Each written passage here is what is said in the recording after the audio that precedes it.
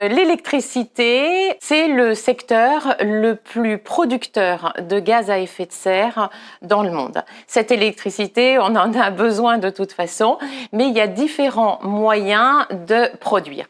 Plus de la moitié de l'électricité produite dans le monde, c'est à partir des énergies fossiles. La combustion d'énergies fossiles, on parle de centrales donc thermiques, classiques, pétrole, gaz ou charbon. Là, il y a combustion de ces énergies fossiles, donc pour obtenir de la chaleur, et donc on va avoir des rejets de CO2 et des gaz à effet de serre. D'autres moyens sont à notre disposition, et notamment en France, avec le nucléaire et les énergies renouvelables.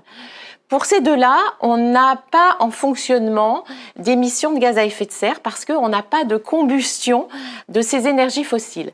Pour le nucléaire, c'est l'uranium qui va libérer de la chaleur et qui nous permettra donc d'actionner une turbine et un alternateur pour obtenir de l'électricité. Et dans les énergies renouvelables, eh bien, ce sont des puissances qu'on connaît bien. C'est la force de l'eau pour l'hydraulique, la force du vent pour l'éolien. Et la troisième, c'est pas une force, c'est une réaction qui va se passer avec l'énergie solaire, ça va interagir avec les panneaux et on va avoir un déplacement d'électrons, on va produire de l'électricité. Donc, tous ces moyens réunis, notamment en France, nous offrent donc une possibilité décarbonée, mais il ne faut pas non plus, pour être tout à fait objectif, oublier l'empreinte carbone de chacun de ces moyens de production.